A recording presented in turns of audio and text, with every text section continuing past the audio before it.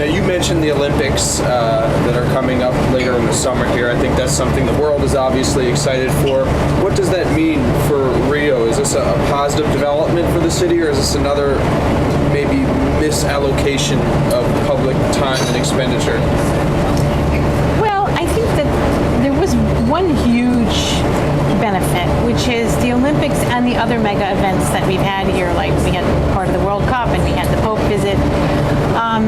It allowed people here to rethink their city and to actually believe that it could be a better city, and that's enormous.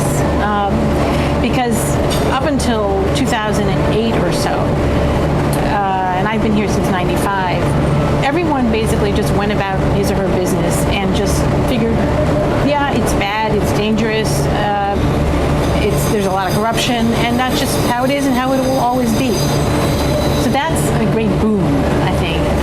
Unfortunately, there's not a whole lot else, in my opinion, and there's lots of different opinions about this. Mobility is supposed to be the legacy of the Olympics, and certainly the transportation system of Rio has changed a great deal. There was a big highway that was taken down that ran next to the port area and the bay, and I think that is a fantastic result. We're going to have more access to the bay, which in itself is going to bring up the bay, which is horrendously polluted. And I think the next thing that will happen here will be that it will get cleaned up, and that's very good too. So you could say that comes from the bay. Now, the name of our program is the Crossroads. Do you believe Brazil at this moment is at a crossroads? And if so, what is it? Well, I think it's in a way you could say it's at a crossroads, although it's very clear to me which way it's going, which is in the direction of a more developed democracy. And it's a moment where the corruption scandals are finally being addressed. The judiciary is much stronger than it ever was. People are going to and will continue to go to jail. And I think most Brazilians are rethinking their relationship to politicians and to politics, and this is all very healthy and good. Do you think the corruption scandal, though, can also cause some disengagement if people just think that it seems everyone is under suspicion? Do you think you can reform the system without causing disengagement? Or can it encourage engagement? Well, I think there already was an awful lot of disengagement. I recently interviewed a state legislator who was telling me that the main force in politics, in Rio anyway, are the people who don't vote or don't fill out their ballot.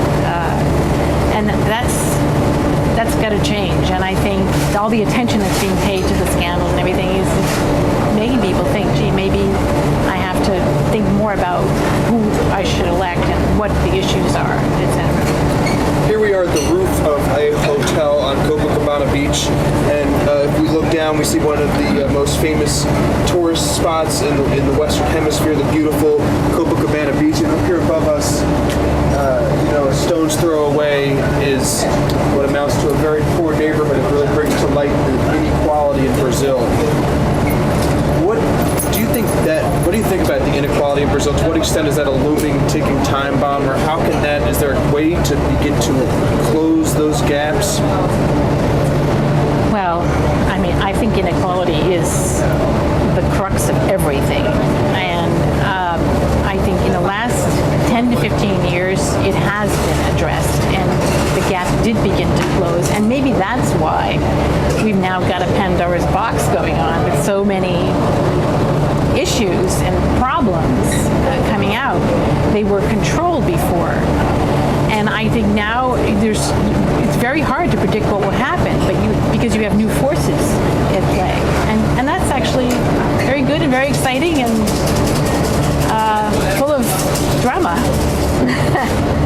I guess the other element when we look at the Crossroads is the economic side of it. There was all this tremendous amount of optimism for Brazil during the Lula years. Brazil was on the rise, and now it seems like it's edging towards economic complications. What is your feeling on the ground? Are there economic opportunities for the average individual? Are people able to access what they need to be in business?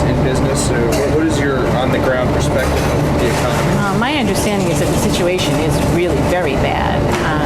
A lot of people already lost their jobs and more will, and particularly in Rio, where we're so dependent on the petroleum industry. We were so dependent on the petroleum industry.